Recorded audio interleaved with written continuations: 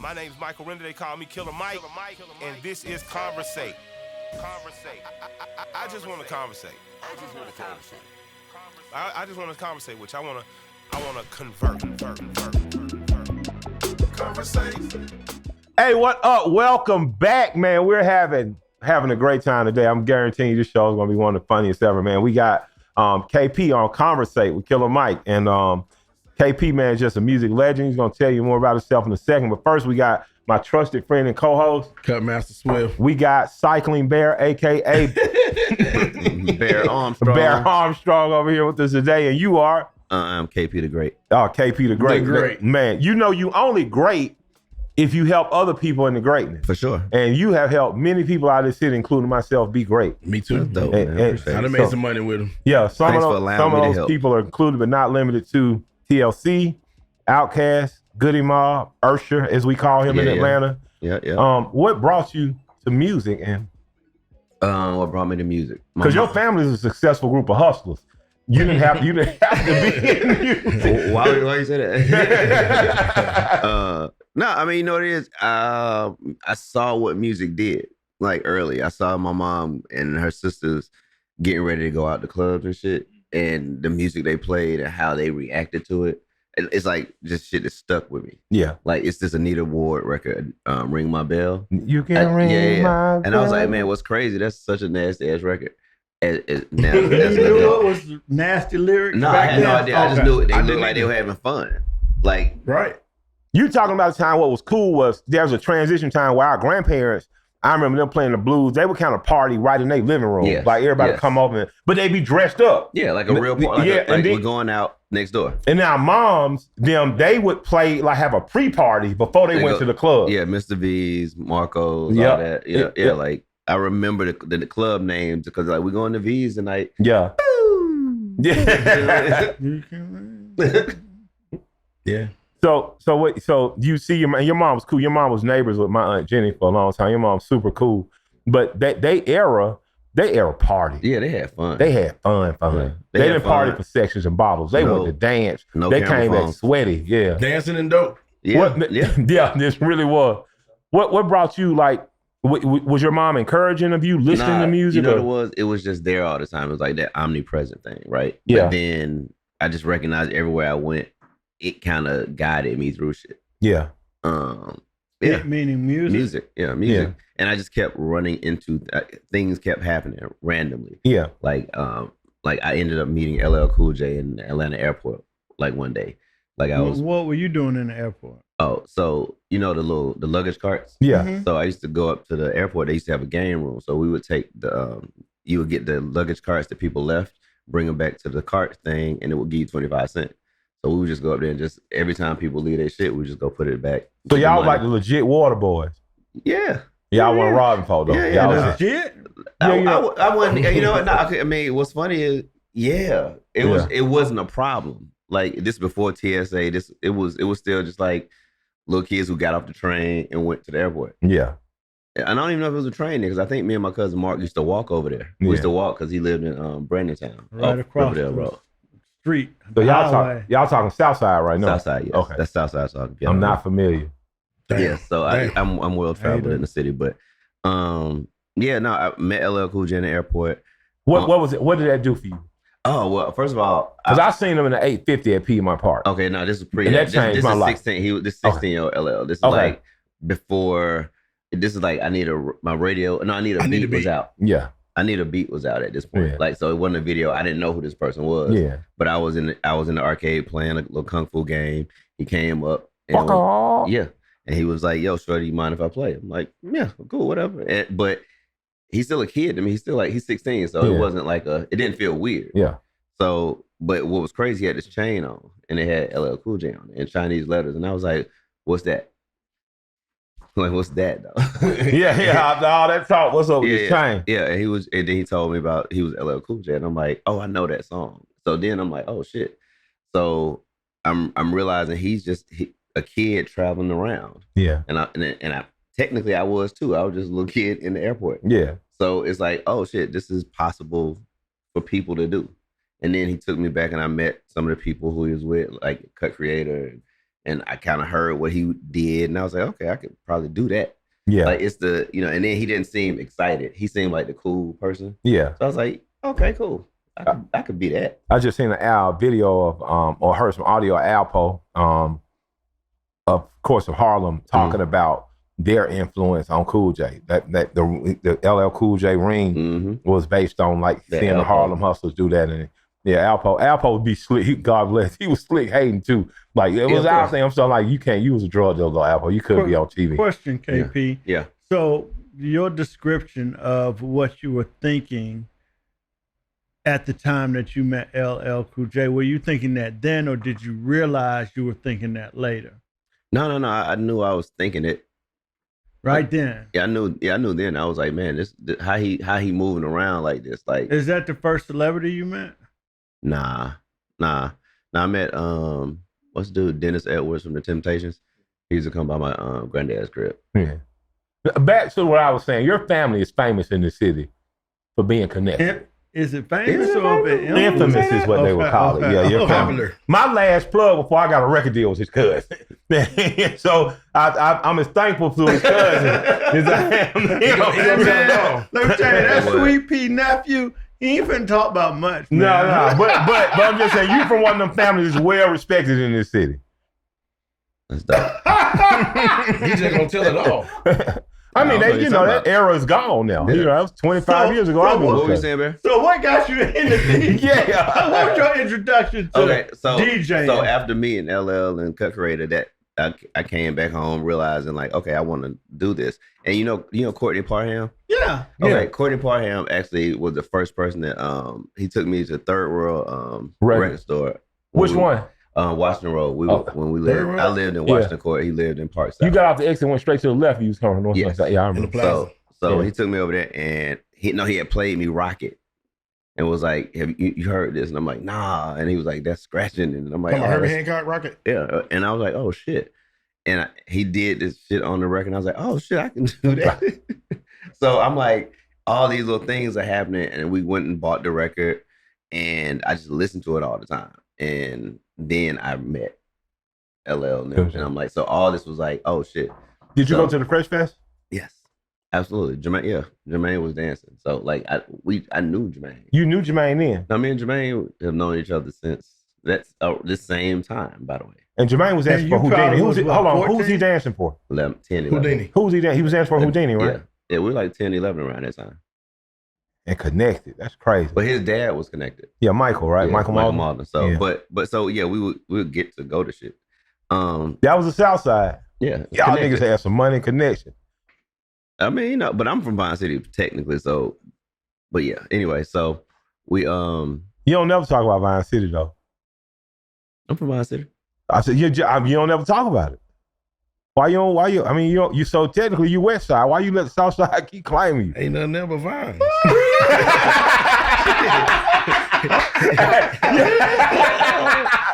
I was tripped out when Trump shouted out Vine City.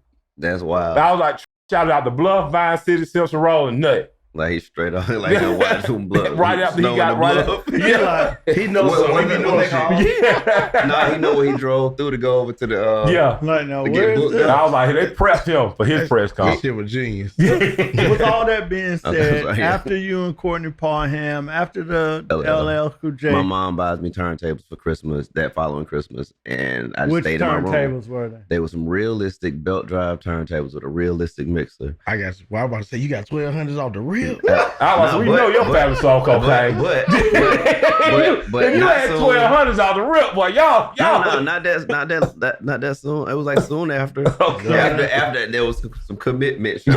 Yeah, Right, make sure you really want to do this shit. Yeah. I did get some 12s. Matter of fact, I sold JC his first 1200 because I had extra ones. Yeah. So I gave him one. I gave him one for 100. Hey, don't listen. You had two daddies, two R&B. Don't look at the man like that. Don't do that. God damn. Yeah. He said extra 1200. That is kind of like, oh wow. Oh wow. Yeah. So from there, did you DJ parties? I DJ parties around, in the apartment? Nah, I lived on Deal Avenue then. So I was like around Sylvan Hills. And I would DJ the little house parties and the talent shows, which is how I met this dude Troy, who was my homeboy Corey's brother, who lived in apartments with Mello. And Mello is one of the members of PA. But And that's PA. how I met them, because Troy saw me DJing at a Silver High talent show. It was like, yo, my brother and his friend looking for a DJ for their group. Yeah. And I was like, all right, cool. That's how I met Tion, because Tion was Troy's girlfriend. And that's T-Boz from TLC. Yes. So when you say PA or parental advisory, you guys really are the cornerstone in terms of not organized noise, but Dungeon Family. You guys are off foundational brick, for sure. Yeah, because again, my uncle Sweet Pea was one of the people. Well, him and one of Rico's people were the people who bought all our equipment in the beginning, like when we were in high school. So shout out Charles Willis, rest in peace. God bless the dead. All right. So yeah, it's like, I'm sorry, I'm skipping, but yes, started DJing, met Mello, met Corey. We started doing shit, and this is talent show time. What years are these? This is like 80. Because talent shows were very big in Atlanta. The skating rink. It's like 86, 87. Now, it starts in 87 for me. And then talent shows, dance group at that time was even bigger than rapping and DJing. For sure. And I used to make tapes for International Jam, like the IJC. Yeah, I used to make tapes for the dance groups, because I would do the little breakdowns where. So help people understand that, because they're not going to understand it. Okay, so when you go to a show, somebody makes, like, let's say somebody formats that show musically, there will be a music director now. Yeah. So it will be an MD. So basically that's what I was doing. And at this time, Atlanta has huge dance crews. You got Guess. You got can't FDC, forget Too Crucial. Crucial, Crowd Please. Yeah. FDC, Guess. Crowd Pleasers were originally called 112. No. Well, that would have been the Crowd Please. Yeah. Okay. So when did 112, because it was one dance group that was. We lived in an apartment. That was our address. That's why it became 112. Gotcha. Y'all stole the name. And this is the Yeek movement. And in the Yeek, there's an Atlanta dance where you're dancing at the dance which I'm famous for. Like, well, you went viral for a minute. Like, locally viral. Yeah. He went by. But it always ended with a yeet and then go on to the next. But he does that the best at the table. Yeah, it was serious though. Yeah, but it was a big. I say that because I was trying to enter talent shows as a kid that rap. Nobody gave shit about no chubby kid rapping. They cared about the dance group. Yeah, because that's who the girls like. Absolutely. Like, they out there showing out. They on the floor, grinding to Moments in Love in the middle of dancing fast. It's like it's a lot. So it's like that was our first introduction to how to perform. Yes. So it's like we learning all this shit and meeting all the people who perform in Atlanta. Yes. So that's why it's almost like when people think about how close knit and how everybody messes with each other. Yeah. It's just that we've seen each other doing it. Yeah. From like inception. Yeah. Mm. Not to mention the style and the dress code that went with it. You had to be fresh. Shit. Like you was prep. You had a tennis racket. Yeah. Yeah. If you saw Tion walking through a mall, you're gonna go, who is Shawty? Yeah. Like, that's how Atlanta works. So you guys were prepping the Jermaines, the Dallases, the dance group movement, the skating rinks. I remember skating rinks were essentially performance centers because you'd go, everybody skate, but then after the skate, you knew the dance floor was open. So Atlanta really was prepped to be. It was simultaneous. Like, there'd be people dancing, but then in the corner it'll be dancers. Like, that's how me and Jermaine met. We met at Skate Town breakdancing. That's where I met JD at Skate Town on Old National. Why y'all didn't come to Jelly Bean? I mean, because at that time, my mom watched the road. I was at Jelly Bean. It was easier. It was easier? Yeah, but we ended up... nobody scared to go to Jelly Bean. Actually, that's where our first studio was. The first studio we had... And that's why. That ain't even West Side. Before it was Dungeon Family, by the way. Before it was a Dungeon Family, our first studio was on the side of Jelly Bean skate rink. It was like a little abandoned room that they had. Oh, wow. I do remember that. Yeah, we just made it. We put some mirrors up. So Atlanta was preparing for show business even before show, because at that time, our dominant direct big brother was Miami of sorts, and then you had New York's and LA's, but y'all were really preparing the scene and just being performing. And being prepared. You know, people were prepping us. Like, we had people around us. Like, again, Sleepy's dad was in the group Brick. Yeah. Like, we had seen people who had worked their way through it. Yeah. Oh, yeah. And then Then that Sharon Showcase, that shit was the Apollo of Atlanta. Like Damn. that's like I got to give her props. Like that. Yeah, shit. shouts out to Miss Sharon. For sure. Oh man. Yeah, like She cussed me out so many PA before we got on. That's what we were doing. Them showcases, getting up there, and Talent shows and Sharon's. Yeah, like it was the best shit. So when people look at Atlanta, they often try to give credit to it starting, and deservedly so, with an Outkast. But this is pre-Outkast, pre-Crisscross even. Yeah, Atlanta's prepping to be this city. is Shadi and Raheem days. Yeah, this is we're still influenced heavily by what New York is. Yeah, it's like hip hop is New York. You still will catch niggas lying saying, "Yeah, I'm from up top." Yeah. Shawty, I'm from up top, Shawty. Yeah, I'm from up top. That don't sound right. I'm from up top, Shawty. Yeah, but it's like, but it was still that time. Like there's no music industry here. There's no entertainment industry here. Hip hop is super new. And it seems like it belongs to New York. But it was though in our parents' era a band city. Everybody was like, what was it? Lakeside? What's the name of the band? No. That was Brit. SOS band. SOS band. But so the dream of being a musician, I can remember some older uncles and stuff. Mm-hmm. It was here, but this is pre-LaFace even. What happened? You know, you get Crisscross, you get TLC. What happens when LaFace lands in this city? Well, LaFace lands in the city, and we start seeing cars we didn't know.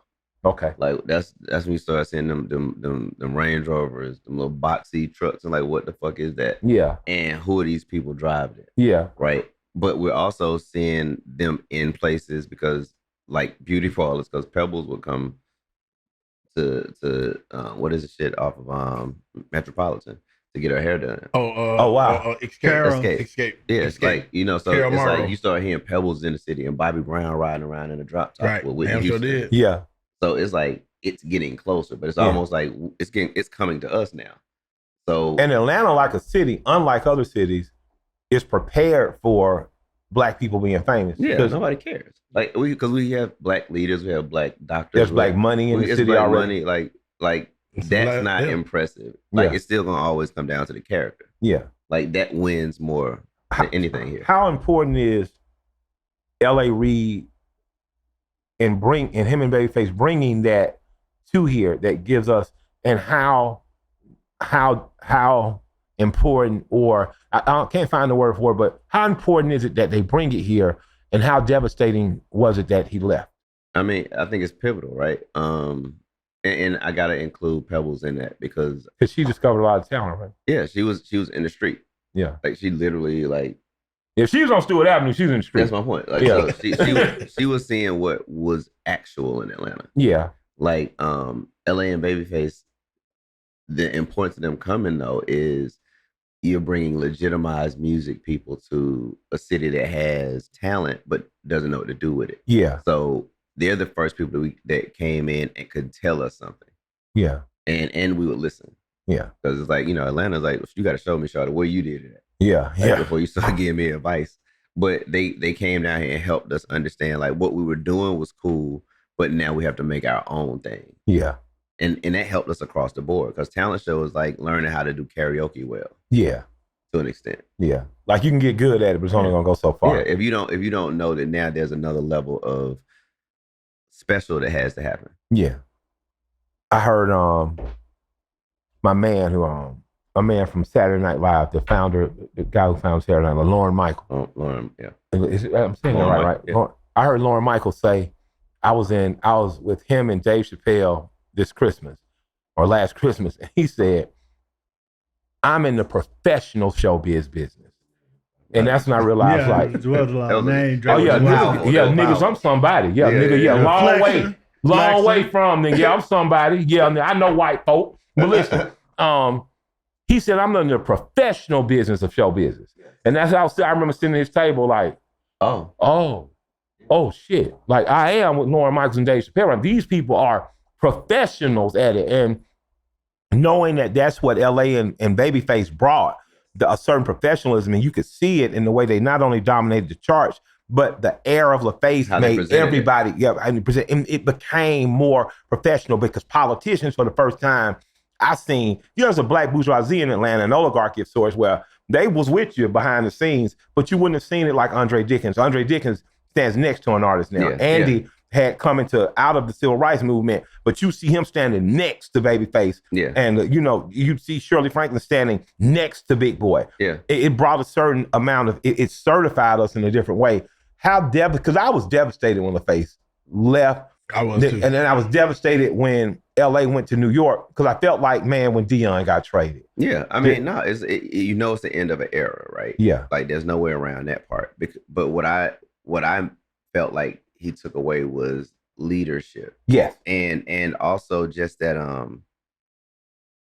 and this is a weird thing to say, but it's like the father figure of the family. Like you got a bunch of successful brothers. Everybody's really doing their shit, and everybody's equally as cute. Everybody's smart. Everybody's doing their thing, and all your kids are like needing attention, and they want their shit seen. Yeah.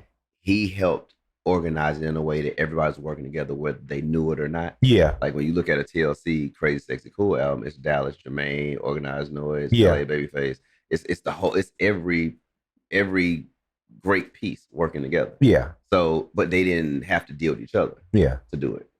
So you take away that piece, and now nobody knows how they normally communicate. So the things that we lost our Godfather. We lost the Godfather. Yeah. Right? We lost it to the system. Like, you know what I mean? It wasn't like he moved into a place where he now had more power to do more of this. Yeah. It now became a job where instead of it just being his final say, there's other people involved that don't have a grasp of the culture, who weren't in Atlanta seeing, let them do their thing. Yeah. Like he understood that part better than anybody and knew how to stop you at the moment where you're about to fuck up something. Yeah. I'm sorry. Now, how did you meet Rico? Did you meet Rico through Tion, or I met Rico through Ray from being at this guy Joseph Kahn's house. Ray Murray is one third of Organized Noise. Yeah, Joe Kahn's son of Gene Kahn. Gene. You know, that's no pain, no gain. No. Don't let it go to your head. Don't let it go to your head now. Thank you, sir. But they Gene Kahn had a house southwest. And Ray Murray lived around the corner. I knew Ray from Sylvan Hills, Deal Avenue area. I knew him from back then when I was maybe 6, 7, 8, like early. Wow. Because I used to break dance. So it was like I was a little kid who break dance. So people used me like as the ringer. But get over to Ray's house. He's got a little drum machine, a little 4-pad drum machine. But he's like, my man around the corner got a studio. And his mom, Symphonic drums. I think that was it was a toy. Yeah, his mom was like, Gene Kahn. We didn't know what that was, but they had a studio, so we would go over there and work. But Rico also would come over there with the U Boys and work, so we would cross paths. And eventually, Sleepy and Ray got cool because Ray was teaching Sleepy how to use the equipment. But in everybody else learning how to use the equipment, it kind of pushed Joe out of a space of necessity to be there, and I think it caused a little friction. So we all ended up having to get our own shit, which is enter Sweet Pea, Charles, and Mike, and we get our spot over Jelly Beans. Move from there after we realized we're kids and can't keep up rent. We moved to Rico's mom's basement, the original dungeon. Yeah. But and this is pre Outkast wasn't there yet. This is kind of just Gip and the cool breeze will come around, PA, the U Boys, a bunch of writers, Marquez. The U Boys was a singing group, correct? Yeah, that was Marquez, Rico, Troy, Gordon, Rico, Brandon Bennett, Ramon, Ramon Campbell, and Marquez one of the greatest writers ever. He wrote Waterfalls. Yeah, he wrote Waterfalls. Yeah, amongst a bunch of other things like Blackberry. Yeah. Now, I think it's important when you talk about this, just because a lot of times people kind of think Atlanta stayed in the New York junior space until it wasn't anymore. But there's a lot of foreground that was put in. Yeah, whole lot of foundation building. Yeah, and confidence in being yourself. Yeah, like the New York phase was kind of short lived because we were trying to figure out. We thought that was the uniform you had to wear to get the job. And everybody was influenced by New York. But we literally thought to get the job you have to. It's a uniform. You gotta have a Yankees hat. But you gotta have some Carhartt. You know, or you gotta have them Lees. And them no, he just like Adidas. He just like the he just Yankees. like that shit. Yeah. Yeah. What? Nothing. Well, because I'm New York. I'm my second home. Man, ain't no such thing. Man, your as that. family in Connecticut. First nigga. of all, Anniston, Alabama. Oh, okay, so New York would be my third home. That's where you from, Anniston? Yeah, from I was Arizona. born in Anniston. Damn, right past the state line. Yeah. Okay. Yeah. Country as hell. Yeah. And proud. You got a problem with it? I ain't saying nothing to you, New York. I ain't never seen you in the Anniston hat. I wear my Hobson He City. wears Yankees hat now. Yeah. I He wear wear my that. Hobson City shirt coming soon. Okay, bet. Don't worry about it. So at what point do you hear? At what point you know TLC special? Because man, I remember them popping on. I'm just like they got the brown skinned girl with short hair. they got the lighter skinned girl with the eye patch, and they got the brown girl with the wave. I mean, they were just, to me, they were the perfect representation of like the Southwest Atlanta Maze High girl clique. They were just like man, like this is gonna be crazy. What point you knew like my homegirl Tion, it's really special with her. Well, I mean, no, okay, it's weird for me because I feel like I'm blessed that most of the people that I meet and I'm friends with, that I get along with, are actually all special. Yeah. Like, so I just recognize that you're one too.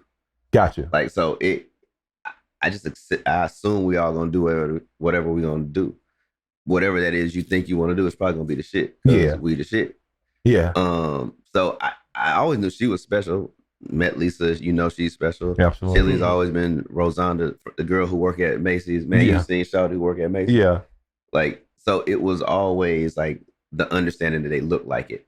But for me, when I saw them on the Arsenio Hall show performing, I was like, oh, Is we that on. after you were in the We video? on. No. I think they did Ain't Too Proud to Beg first. Yeah. Ain't too proud to beg. Yeah. So that's when I was like, oh, we on. Like, you know what I mean? Just Yeah. You just knew. Because the whole city got behind it. Oh, yeah. Yeah, because Arsenio put everybody Divine on. is choreographer. It's like all these people who are just from the talent show, like Divine Stevens. You saw it build up. Yeah, it's like, oh shit, we can just use the pieces that we know, Exactly. and if put it in front of this camera, and it just looks cooler. Yeah. And Pebbles saw further down the road. She understood. No, she understood some things that like I still like I use today. Like when we got signed. Okay, so we got signed. PA got signed because TLC, Tion invited us down to the video shoot audition for Baby Baby Baby. Yeah. And I was like, okay, cool. I put my turntables and all my shit in the trunk. I mean, the trunk of my little Firebird, and we went to the audition. My little Firebird. And rich. my little Firebird. He slid that in there. I put other turntables. I put my turntables in the Hold trunk. on, how old were you? You had a Firebird? I got that in high school. KB got there. What you got there, Ricky Stroder? Silver spoon. What's your family doing for a living again? They had a business. Real estate. Like real estate. So you got your equipment in your Firebird. You drive to the video shoot. Not your hoopty. Not your hoopty. It wasn't a new Firebird. That shit was right. You could still have that shit. I do. And we get down there and I didn't necessarily know what was supposed to happen, but when she let us in, we kind of went in there and I just brought my shit in. And so you wasn't working for LaFace at this? No, we didn't have shit. Like that wasn't. We couldn't work at LaFace. No. I'm just thinking like I just thought you was there when they was doing that. Like I thought you was. No, we just all were around each other because we were friends. So when did you get?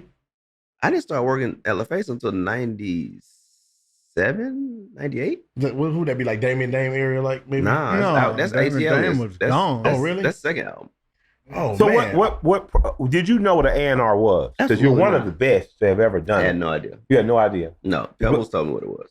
Pebbles told. So Because she told me I was doing it. we got to get Pebbles on the show because she's obviously, man, she's a big part of the history. So Miss Pebbles, we need you. Evangelist. Would love for you to have you. She's an evangelist now. I think so. Yeah. She took it to the No, Lord. I wouldn't say evangelist. Really? I think she's definitely a woman of the Minister, Lord, a minister. Yeah. Okay. Yeah, because I don't think she has like a show or no shit. Like, Yeah. What constitutes? She got a church though, right? An In my head, I don't know.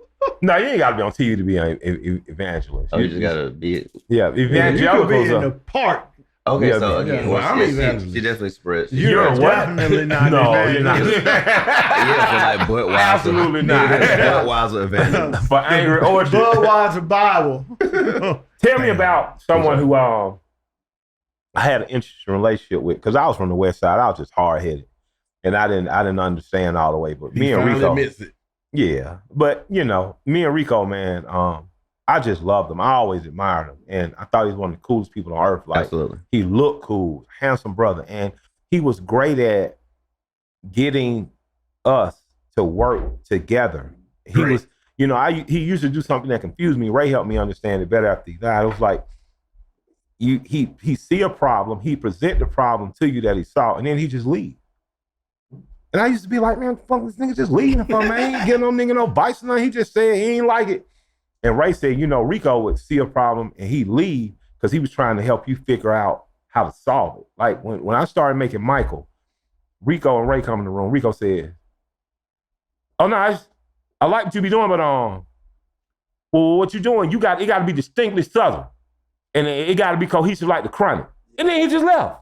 No, Nigga, you know how much information that is? Yeah, I know now, but at the time, he knew how to insult you in a nice way. yeah, but I perceived it as an insult, but it wasn't. No, it wasn't like that. It was a challenge, and more than a challenge, Rico would leave because he came back to sessions and sessions To see if you did it. Yeah, and that's what finally made me, when it was time to make record, I said, Rico, I need you to do certain parts because I just need you to be I want you to be the voice of Atlanta. I had originally someone else doing the introduction. Which would have been silly as fuck. Go ahead. No, I mean, No. I was like, man, but I hadn't thought of it at the time, but I was like, I need you to be the voice of Atlanta. And I remember us going, he was like, the first thing he sent me, I'm like, I don't like.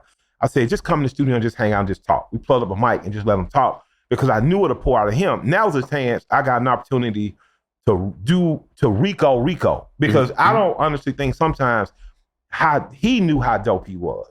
You know what I mean? He was that dope. Yeah. And when I finally matured into who I'm supposed to be, it all hit me that all along, this has just been my big brother who's been challenging me to be what I've become. Yeah, he's been producing you. Yeah, absolutely. He did it to everybody too, bro. Yeah, he did. Like he did it to me. I was much more brash at a point. Oh, you talking about when you wrote that book, Words That Hurt, by Kawan Prather. Yeah. Huh? Yeah, niggas published by Ghetto Vision. Yeah, I didn't understand. Niggas hated KP for a time. Like, but every nigga that hated KP was made better by KP. Oh, what you got to say, Swift? Yeah, listen, there's some people that be like, ask me like, KP? I be like, yeah. Fuck KP. Pretty much. They be like, what you think? I be like, he cool. I'm like, no, you got to get to know him and shit. I'm like, no, you don't. Everything I love you. No, they don't need to get known. They be thinking he gonna say something nice. They be thinking he gonna say something nice. I be like, that don't mean the shit bad. He just say nothing. Nice. I was like, this man that just heard a lot of good shit. Yeah, he could just walk away. Yeah. But if he say something, take it how you want to take it. But he said some shit. Hey, I watched the motherfucker tell the motherfucker, shit. Well, since you got it all figured out, why you asking me? I said, God damn, okay. Words That Hurt. Because he was like, yeah, man, I'm on KP to hear. Like, Kate trying to explain to the motherfucker, and he like, well, won't listen. I asked motherfucker, you sure? Now, I want KP opinion, you sure? Because he's going to give it to you like, it's like when you go to those doctors that they don't, remember you ever watched the, what is it, when the fat people show, they go on there and the doctor's my 600 pound. The doctor's like, why are you fat? He said, you're like, I changed right here. No, you have not. You couldn't if you would have lost my weight. It was like, wow. Like, but you could tell he cares about his patients. Yeah, and attention. It took a minute for me to understand that, not that I ever opposed, but KP had stepped on enough toes that I was prepared for when I met him, like, to understand that when you ask him, he's going to answer. And it might not be the answer you want, but he's going to answer. But it might not be I kind of like that said shit, the way that you want to hear it, but they say sometimes when you punch somebody hard, they feel it. Are we missing that in music now? Yeah. It's like, there's no gatekeeper. Yes. And by the way, because people so the weakest participants made the new rules. So if you criticize, you're a hater. Say that one more time. The Weakest weaker participants made the new rule. Yeah. So it's like, so now if you're speaking proper English, you're talking white, it's like they found all the ways to make you not feel good about being greater than or putting effort in and trying. Everybody get a trophy now. Yeah, participation trophy. I hate them people. Yeah, that's right. Not like for real hate them, but I don't like them. Yeah, you think Atlanta music is on its way back to appreciating dopeness in a different way? Like we got some amazing artists here in terms of people like JID I love, Earth Gang I love, Kenny Mason I love. There are some young artists that are lyrically adept. They put on an amazing show, but the city doesn't seem to appreciate them in the way that they deserve. It's not that. I think that we're bigger now, right? Talk to me. So the what the city thinks is the city has grown. Like you mean outside the physical? No, I'm not saying the kids is the city. Yeah, like we're not like okay. You know what? We're not the underdogs. You know what? Okay, first of all, we're not the underdogs, and it's this term "old Atlanta," right? I hate that shit because it's just Atlanta. That's how I see it. Atlanta, it's just growing. It's there are new things now because we did some things right. There's some things that aren't so well because we didn't know. But when you talk about is the music. The talent thing coming back. I think it's always been there. It's just always more average people. I don't even mean that the talent isn't there or hasn't been there. What I mean is Atlanta was a place where Crisscross could coexist with Outkast, could coexist with Kilo, could coexist with Sammy Sam, and all in one day. Like I could wake up listening to Goodie Mob because that's what got my mind right. You know what I mean? College, high school, freshman year of college. I could cruise listening to Outkast. They made great cruise music. When I hit the 559, oh man, I knew I was gonna hear some Kilo and Sam, and even some Booty Shake. You know what I mean? So there was a time where, as an Atlantan, I was renaissanced enough that all the variety I could live. Now Atlanta feels, in some cases, weirdly sectioned off. Like all the clubs lost their character and identity. No, it goes back to the point. Like, okay, if I'm not capable. Okay, listen, I'll give the example. When we first started moving him around, his confidence bothered so many people. Mm-hmm. But his confidence was based on the fact that he had practiced. He had worked his way to get this good that he knew that if I get in the situation, I'm ready to do that situation. Yeah, and he's from the West Side. Right, that's fine. I'm from Atlanta. And y'all know where I'm from. Anderson, Alabama. What's so funny about that? Proudly from I-20 West. Yeah, the West Side. There you go. You know what? Let me break this up a little bit because we could talk music. Oh, cool. We're not even talking about Anderson though. I love Anderson. Anderson dope. We could talk about music and the history of Atlanta forever, but there are certain things that I've been privy to and blessed to see you evolve from a teenager into a father. And hold on, before we get to the father part, you done broke a lot of women's hearts. I mean, I gotta say it. Everybody gonna mess around. Yeah, before you the father, you done a lot of girls would have been like, I love him in the next year. I hate that curly haired son of a gun. I'm just so you don't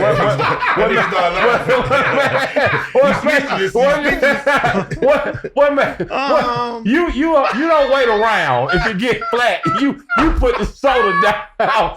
So what's up with that? What's up with that? Come on. Yeah. That's good. Yeah. What's the matter? Your shoes on too tight? Ain't I popped up with some coke. Can't be that shit went on. Can't be like that shit went on the sheet. It ain't on the additional angles.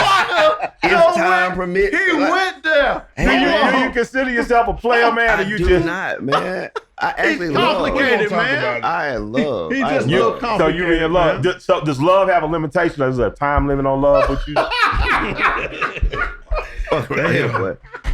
We need to get JP on with Dr. Damn, you got to. I mean, we both Aries though. I'm dying. I can't breathe. We can move along. Damn. I think we should. Ain't your kids grown? Yeah, they know me. Thank God you ain't got child support no more. They know me. Yeah, they know me. Thank God the child support shit over with. Like, Mostly, God damn. Yeah. I mean, listen. Here's the thing. Killer though. got that. No, but I have a very good relationship with everybody I have a child with. All right, my man. You have a what? My I man. have amazing relationships with my kids. Repeat that for the camera one more I time. That's have beautiful. amazing relationships. And they be talking about niggas out here don't be doing shit for their kids. Oh, no, I God do. damn. Well, you don't even know what your Yeah, you kids got a are. kid in Nova Scotia and nobody else. Yeah, See, you no- still ain't sure. I ain't sure. Niggas, he only claiming the one on Cutmaster Road. Yes. What's up with Nova Scotia, Archie? Man, I don't know. That's Archie three- Swift. That's Swift. Hold on, man. Come That's on. DJ Swift. That's Nova Scotia. Oh, Y'all disrespectful. but talk about being a dad, Yeah, like you because get some your too. kids, Uh-huh. your kids are great kids. I They think so. they I like went them. on to do amazing things from an education standpoint, and they all are siblings, even if the mom's different. There, Yes. and I've worked hard at making sure my kids are that. What advice do you give young brothers out there with whose babies' mamas need to like and love and respect them so that the kids are tightened up and like locked in? Because you've done a great job. You got to respect the people you had kids with, man. You made Yeah. a choice. Like, Yeah. I can't say nothing bad about somebody I chose to be with. Self accountability is Yeah, a big I deal. accountability. can't, goddamn. Yeah. Yeah, you gonna say it's alcohol. No, no, it fucking ain't. I can be sober there. I'm for real. I got some shit to say. I won't say it on this show, but goddamn, yes, I. Why? No, say it. No, Say it. no, Come no, on, no, say no, it. don't Say say it. No, Don't say I know. No, I said I know his no, kids, no, but no. don't do that. Don't do that. No, Don't I do that. wouldn't. I'm just saying, but I would, just to but I your would. point. But yeah, like Are you on a big, like I'm on a text chain with my kids together? Yes, yeah, And- it's and called I- DNA. Yeah, I was most proud when I found out the little bastards had A a separate chat. yeah. I'm like, what is this? They're like, yeah, we just need to talk without you two. Yeah. I'm like, for what? Like, I'm your father. They say, I know, but these my siblings. I don't. We don't need to be sometimes you be involved. doing some lame ass shit we got to deal with. Yeah. Like Yeah. My daughter, my youngest daughter, hit me. Mikey, who we just took up in Hampton. Mikey was I put up crazy shit on my stories because I try to keep it on my your post. page. She was like, Daddy, I want you to take this part down. And her nickname is Old Man. I said, why? I say, Old Man, I put up. She said, I know, I'm used to you putting up, bosoms and big butts. She says, but I just didn't like this. And I don't want you to leave that digital footprint. I think it was about a blowjob. And she was like, he will leave that digital I footprint. was like, what are you talking about? She was like, I'm not comfortable with it. And I'd like you to take it out. Blue dress. And this motherfucker went on sent me a 2-page text of the points, and to the point where I just had to digress. And and then I remember my wife, I'm talking to Shay, and she was like, I told you she's following you, and I told you this day was coming.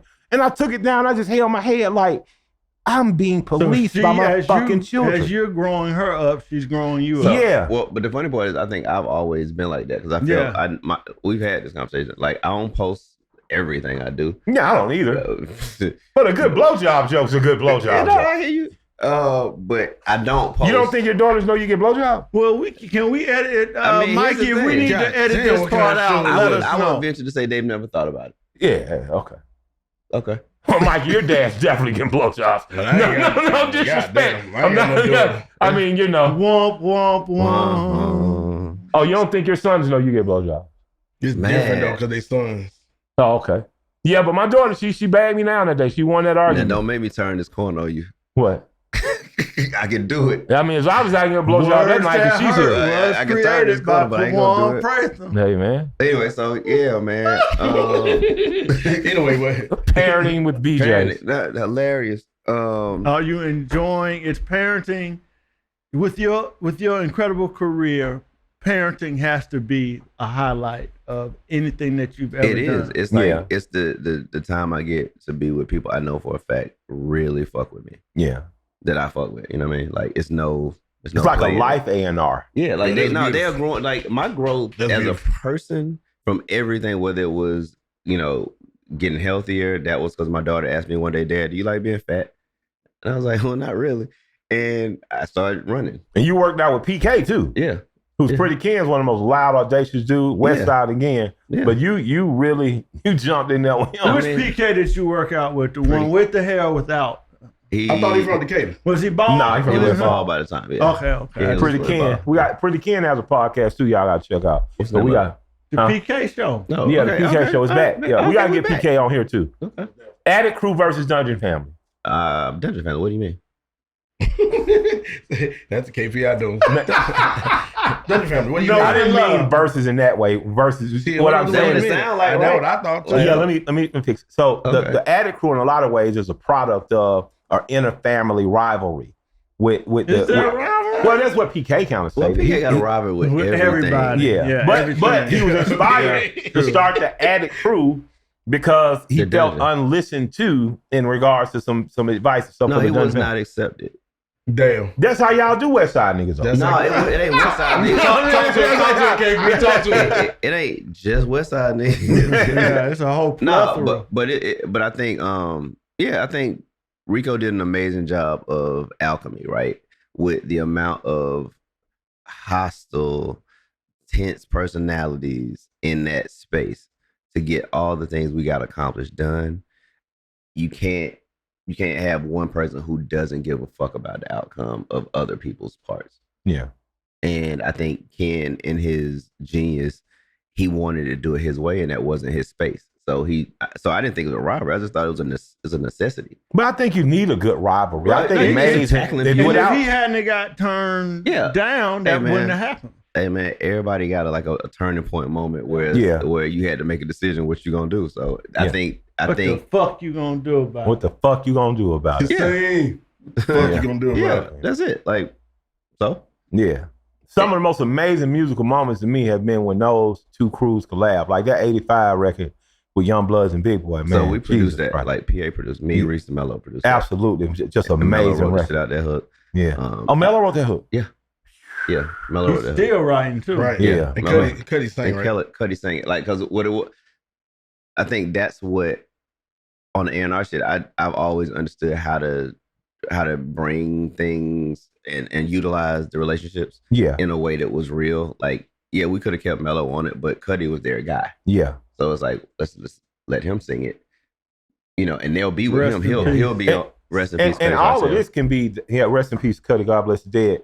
All of this is back to the talent show market. Yeah. Guess was dominant. Yeah. So Too Crucial coming off the West Yeah. had to be dominant. You had your, just crowd pleasers had to Yeah, learn to be dominant. So with these rivalries, I think Atlanta, I love the fact we collect and we could now collaborate, but I love the fact that there's these small rivalries. It's like you steel sharpen steel. Frederick Douglass Yes. is a great high school because their rival, Benjamin E. Mays, is a Benjamin E. Mays. great high school. If Yeah. you don't get, I got kicked if out you, of Mays. you got kicked out of Mays? I did. What'd you do?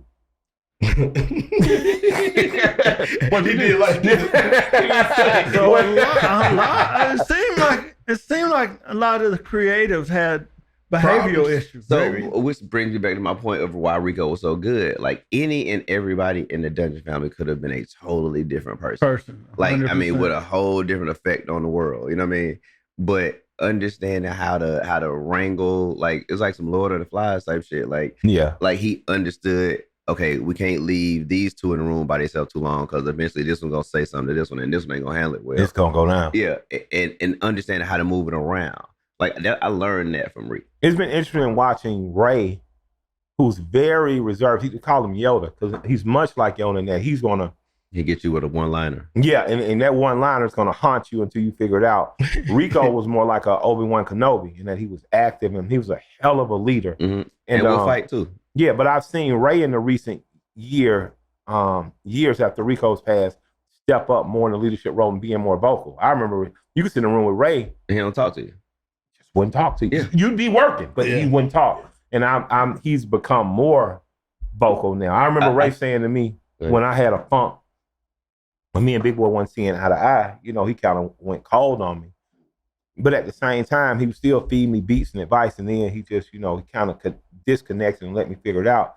And when everybody came back together and got it sorted, he said, I'll never do that to you again. He says, one of the only things I regret in cutting you off at that time. He said, but you had to go figure it out by yourself. You know what I'm saying? You had to go. And I understood that it wasn't that you stopped loving to care. You just understood that it's time. Yeah, it's time for you. You gotta put some of this shit you think to work. Exactly. To task if it works or not. Man, let me say this because you just said something that what we deal with today with young people needing to make better decisions, and with the environment that Rico was in, with the environment that you were in, with the environment that you were in, with the environment being from Carvin Homes and all the shit you was doing. Why he always puts you in Carvin Homes? At some point, everybody made a decision to go this way, as opposed to that way. Yeah. And a couple of us have been in the presence of, we could have really went. It's called freedom, the other not way. jail, goddamn. But knowing that fast track wasn't going to add up to shit. So my thing is, I want whoever gets to see this, whoever might be straddling the fence, your focus is your reality. Yeah. Like, okay, my cousin Mook B. That's your cousin? Mook B's your cousin? Yes, nigga. I didn't know Mook B was your cousin. Mook B from Herndon Homes originally, right? Yeah, not Harris Homes. Harris Homes. But we were talking a week or two ago, and he was just talking about how he said, man, I used to hate your little motherfucking ass because you was the one everybody wanted to hug. And I was like, what I realized when he was saying it though was I was protected a little different, but it was also because I asked different questions. You behaved different too, shit. probably. Yeah, I did. I think, Yeah, Mook could be abrasive. I love him because I do too. But again, I'm from the West, so I was used to characters like Mook, but Mook could be abrasive. Yeah. You know what I mean? I fuck with Mook. I fuck with Mook hard. I like that new record too, Mook. Yeah, Shout out. But it's like it's that I damn forgot the question now, but I think the thing that you chose to go right instead of wrong. Yeah, the reason why is because I saw something that was attractive to me, like, and I can honestly say I noticed, like, almost like breadcrumbs leading me to shit. Like the things that were easy for me got me here. The things that where I bumped my head, I was like, okay, so that doesn't fit with where I want to be. So let me ask you this: you think being a DJ make you a different type of A&R? For sure. Like, being a DJ, I think it's the cheat code of life, man. It's like when you learn to put other people's experience ahead of yours, and also have to pay attention to how to keep them moving together. First of all, it's dangerous because when you don't do it, it's immediate.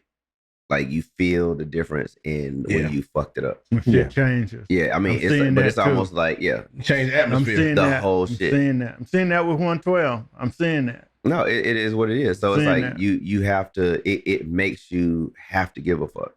Yeah, and see people.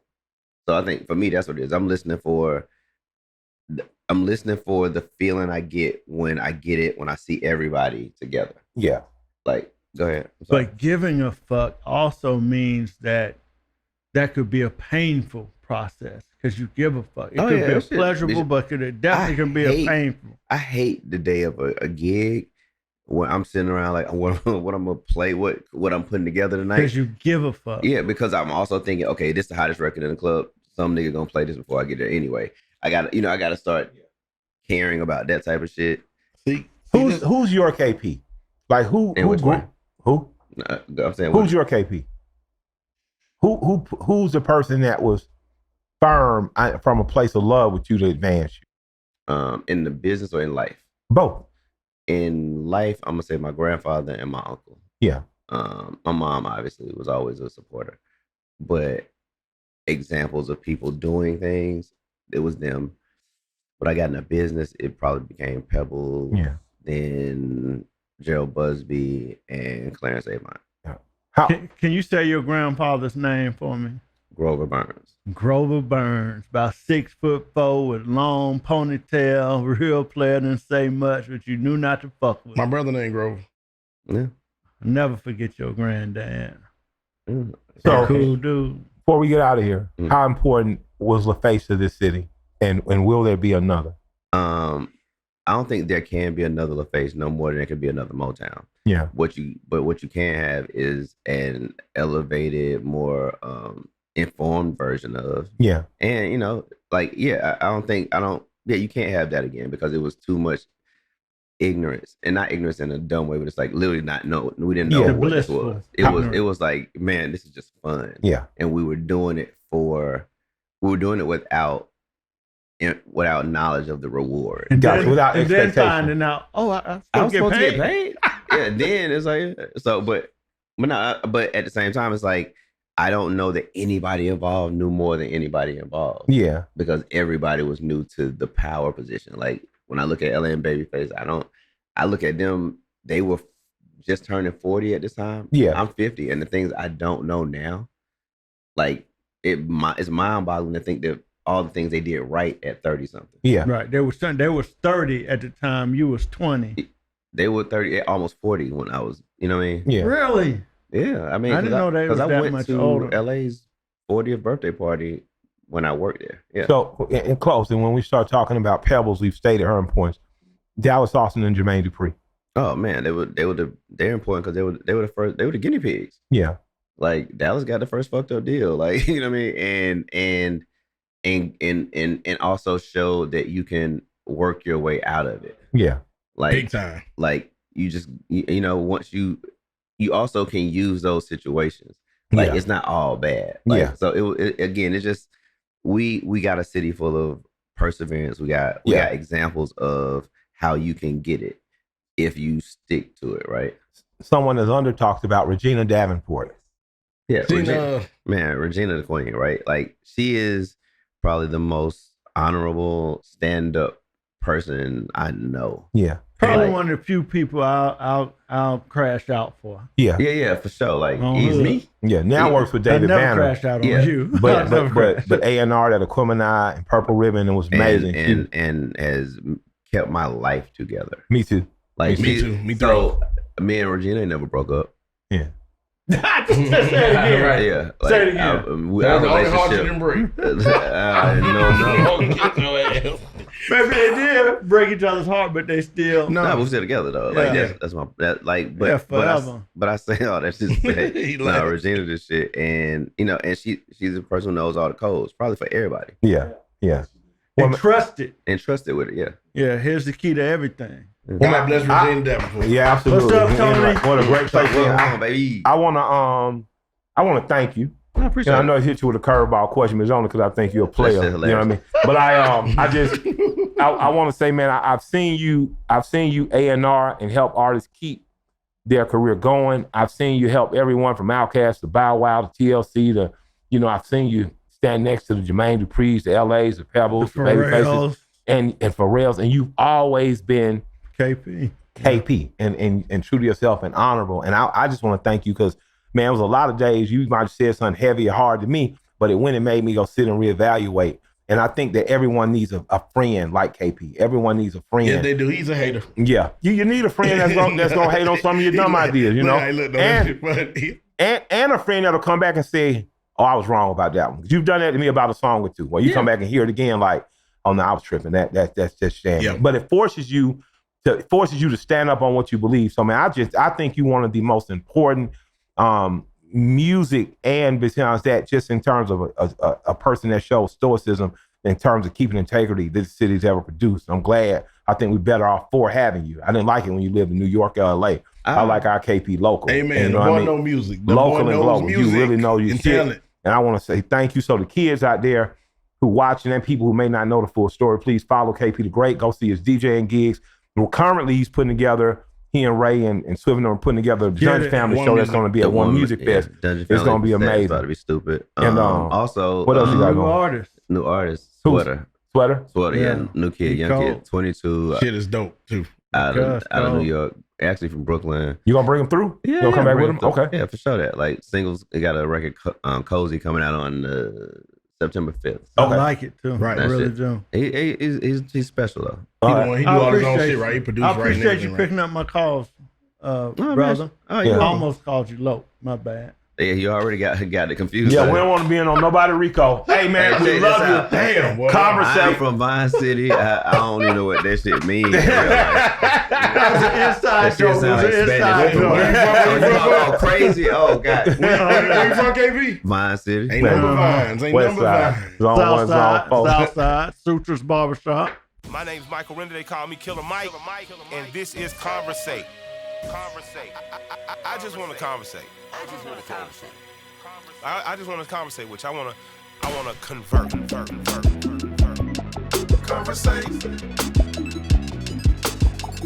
is not a real word, but I encourage questioning. I want to encourage thought. I want to conversate. I want to have discussions with people that I may not agree with or that I may not understand and try to gain perspective. I think we all should be doing that. We all should be in talk. You know, we all should be in a constant state of talking, because that's what precedes organizing and mobilizing and revolutionizing and changing things. I believe in the power of conversation. I believe in Conversate. So I'm here to talk.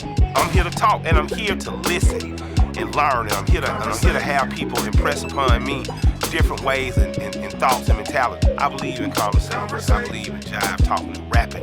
What they call it. I'm a rapper. I'm rapping. But before rappers were rapping over beats for money, I want to exchange some respect with one another. You know. So we're gonna conversate. We're gonna check it out. Yeah. Conversate with Killer Mike. Hey, y'all got a question for my crew? You want to talk to me, Bear Swift, to anybody and ask them something? I want you to come check us out at conversatewithkillermike@gmail.com. Send your questions in, send your thoughts and concerns, and we're going to make sure we get them up online, where it'll be discussed, talked about, and hey, we even might invite you on the show. Let's conversate.